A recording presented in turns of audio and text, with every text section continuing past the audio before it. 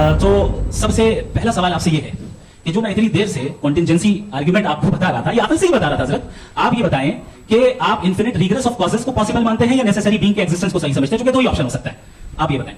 देखिए, आपको मैं ईमानदारी से बात करूंगी, एक तो मैं कॉन्टिजेंसी वर्ड ठीक से समझता हूँ, और इस वक्त भी जो आपने अंग्रेजी के अल्फाज इस्तेमाल किए वो जरा थोड़े से मुझे डिफिकल्ट और कॉम्प्लिकेटेड है, तो आप जरा सिंपल जबान में सवाल कर सकते हैं। बिल्कुल कर सकता हूँ। यूनिवर्स की हर चीज कॉन्टिजेंट होने का मतलब यह है कि वो अपने एग्जिस्टेंस में किसी के ऊपर डिपेंडेंट है। जो भी चीज डिपेंडेंट होगी वो चीज इंडिपेंडेंट नहीं हो सकती, तो उसका कोई ना कोई कॉज होगा। तो अब आप क्या समझते हैं कि ये इन्फिनिट रिग्रेस है, यानी कॉज पर कॉज, कॉज पर कॉज, कॉज पर कॉज, और कभी कोई यानी एंडलेसली चलता रहा, क्योंकि अगर ऐसा होगा तो हम तो एग्जिस्टेंस में आते ही नहीं, लॉजिकली ये मुत्तफक अलैह चीज है, मुत्तफक अलैह अग्रीड अपॉन। आपने कहा कि आपने साबित ही नहीं किया, जबकि आर्गुमेंट ऑफ कॉन्टिजेंसी बुनियादी आर्गुमेंट है। अब मुझे कॉन्टिजेंसी का मतलब बताइए, आपका मतलब क्या कॉन्टिजेंसी? कॉन्टिजेंसी का मतलब यह हुआ कि हर वो वजूद जो किसी भी चीज का पाबंद है, हर वो वजूद या हर वो चीज जो अपने एग्जिस्टेंस में किसी भी चीज के पाबंद है और उससे बाउंड है, उसको उसकी जरूरत है, उस पर डिपेंड करती है, तो जाहिर सी बात है कि उसका कोई ना कोई कॉज होता है। ये तो अकल की बात है, ये आप रीजनिंग की बात करते हैं, मैं वही कर रहा हूं। दूसरी चीज, आपने ये बात कही कि अभी आपका क्लोजिंग आर्गुमेंट है, बता दें। Argument of contingency sir. अरे मैं आपसे कई बार कह चुका हूं कंटिजेंसी का मतलब ये जो है, जब आप ये कहते हैं कि कायनात जिसकी कंटिजेंसी है, मैं देखिए वो लफ्ज इस्तेमाल किया था, तो ये कैसे हो सकती है? और फौरन आप सरेंडर कर देते हैं कि जाहिर है कि इसका बनाने वाला तो इससे 10,000 गुना ज्यादा कॉम्प्लिकेटेड होगा, उस पर आपके होने पे कोई इतराज नहीं है। जावेद सर, आपसे एक क्वेश्चन है इन्फिनिट रिग्रेस के ताल्लुक से। एक हाइपोथेटिकल सिनेरियो है, मसलन अगर आप सर माइक थोड़ा सा प्लीज क्लोज ओके जी, अगर आप शायर इसलिए हैं कि आपके कोई उस्ताद शायर थे, और वो इसलिए शायर थे कि उनके कोई उस्ताद शायर थे, और इसी तरीके से हम माजी में पीछे चलते चलते चले जाएं और कहीं ना रुके, तो माफ कीजिएगा आप कभी शायर नहीं हो सकते। लेकिन आप शायर हैं, आपका शायर एग्जिस्ट करता है, इसका मतलब ये है कि आप कहीं ना कहीं रुके हैं। तो मेरा सवाल ये है कि क्या आप इन्फिनिट रिग्रेस ऑफ कॉजेस को लॉजिकल फैलेसी मानते हैं या नहीं मानते? हाँ या मैं इन्हें लॉजिकल फैलेसी नहीं मानता हूँ, लेकिन मेरा प्रॉब्लम यह है कि जब मैं नहीं मानता हूँ तो I continue with this logic जो फैलेसी नहीं हो।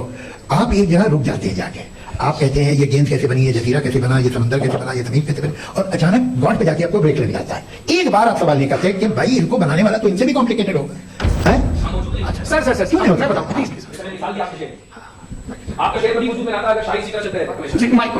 मेरे ख्याल से इन्फिनिट रिग्रेस का कॉन्सेप्ट क्लियर नहीं हो पाया सर, रहने दें, लेट्स मूव ऑन सर। ठीक है। हाँ, this question that who created God, this will lead to infinite regress. What does this mean? It's called tasalsul in Arabic. Who created Allah? If Allah Jalla wa Ala is the creator of everyone, and you Muslims believe that whatever exists needs a creator. Therefore, Allah exists. Yes, Allah exists. So who created Allah Jalla wa Ala? Remember, this is incorrect. Why? Because we don't say that everything that exists needs a creator. Everything that came into existence from non-existence needs a creator. Remember this. If you understand this, try memorizing this deductive argument. A very simple syllogism. كل ما له بداية في الوجود له السبب. Everything that has beginning in its existence needs a cause. That's the major premise. The minor premise is وَالْكَوْنُ لَهُ بِدَايَةٌ فِي الْوُجُودِ, that the universe has a beginning in its existence. Therefore, the result of that is that the universe has a cause. I don't have the time to go through the details of this. In light of the second law of thermodynamics and expansion of the universe and the Big Bang cosmology, today, most of the atheists believe that the universe has a beginning. And if they believe that it doesn't have a beginning, then we will ask them to prove it. And they can't prove that. So the majority of the modern day or the new atheism movement, they believe that the universe has a beginning. It came into existence from non-existence. We as Muslims, we believe that whatever came into existence needs a creator. But Allah did not come into existence from non-existence. Allah has always existed. Therefore, Allah Jalla wa Ala does not need a creator. Allah doesn't have a creator. So we do not say likulli mawjudin khaliq. We say likulli makhluqin khaliq. Everything that came into existence needs a creator. Allah Jalla wa Ala did not come into existence. Allah is uncreated. So if someone says, if everything needs a creator, then who created God? We say God is uncreated. If God is uncreated, then you're saying who created the uncreated? Who designed the undesigned? Who initiated the one who was never initiated? That question doesn't make sense. Does that make sense to anyone? So if anyone tries confusing you in the future by saying if everything that exists needs a creator, then who created God? We say no, everything that came into existence from non-existence needs a creator. Allah Jalla wa Ala has always existed. Allah's existence is eternal.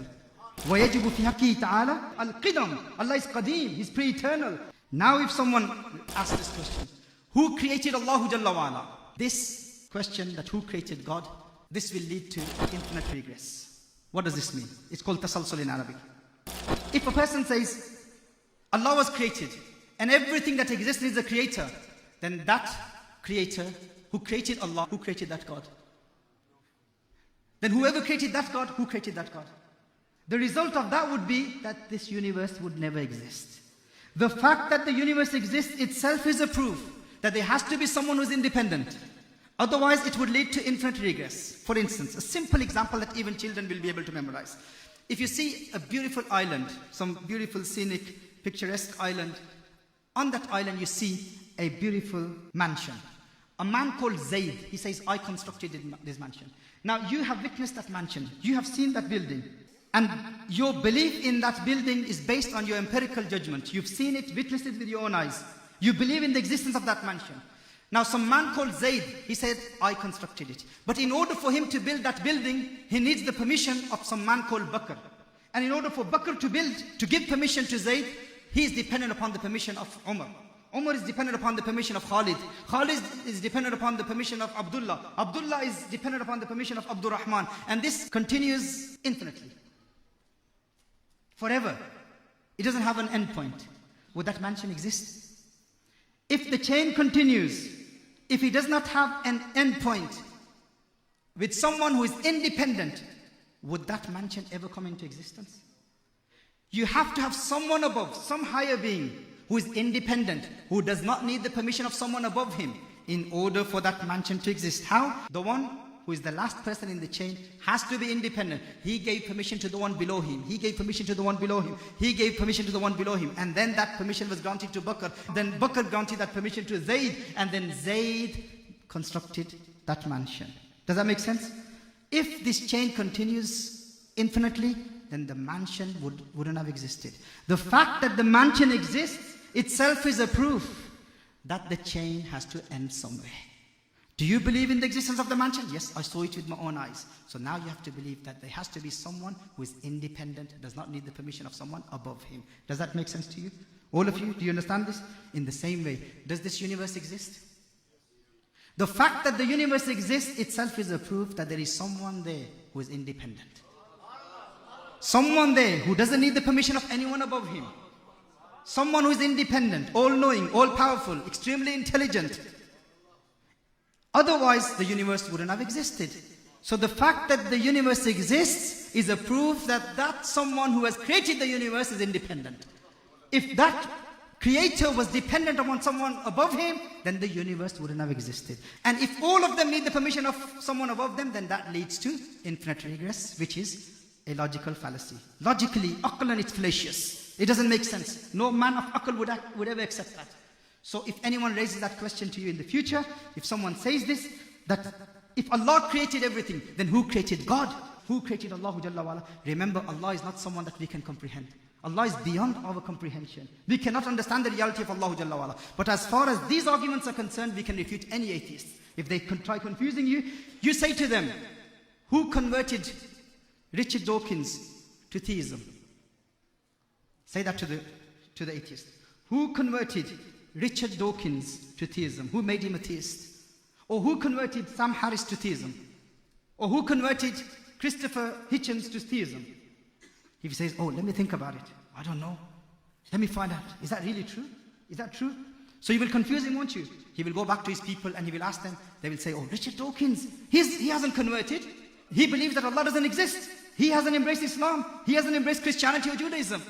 He doesn't believe in the existence of a creator. You are a liar or Muslim who's saying that, who converted Richard Dawkins. You're probably talking about some other Richard guy.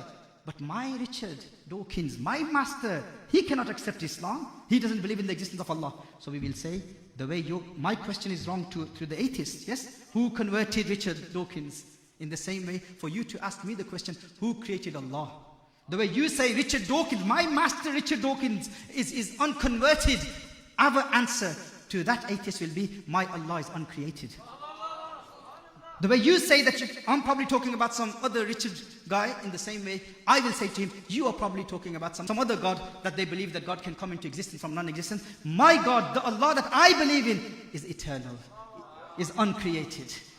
question itself is logically fallacious. It does not make sense for people to say that who created God. Anytime people ask you this question, you'll say that leads to infinite regress. Allahu Jalla wa'ala is independent. Allahu Jalla wa'ala is not contingent. Allahu Jalla wa'ala has always existed. And our aql, our intellect cannot comprehend the reality of Allahu Jalla wa'ala. Human mind, we have to accept our limitations.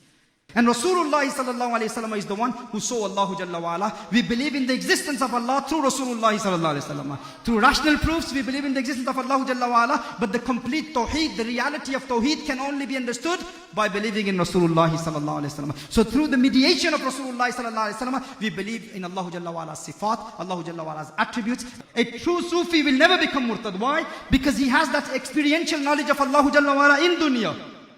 In dunya, he experiences the gnosis of Allah Jalla wa ala. And when he experiences the qurb of Allah Jalla wa ala, he gets the glimpse of what he will see in the hereafter.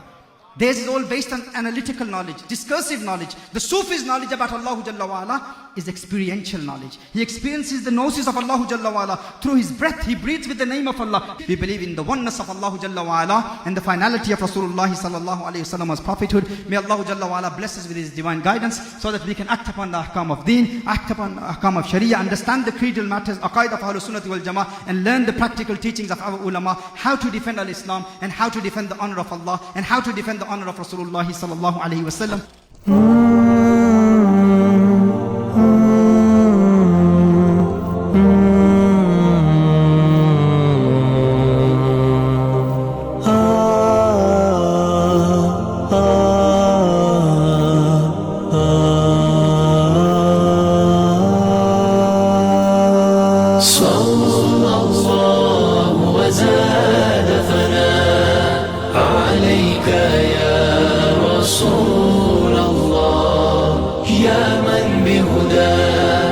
أسرار حياة اشفع لنا يا حبيبا لله صلى الله وزاد ثناء عليك يا رسول الله يا من بهداه أسرار حياة اشفع لنا يا حبيبا لله في زمن الجور حلم مبرور يتراءى طيفه من حولي ويدور يبعث أملا يدنو وجلا فالليل طغى وتلاشى النور في زمن الجور حلم مبرور يتراءى طيفه من حولي ويدور يبعث أملا يدنو وجلا فالليل طغى وتلاشى النور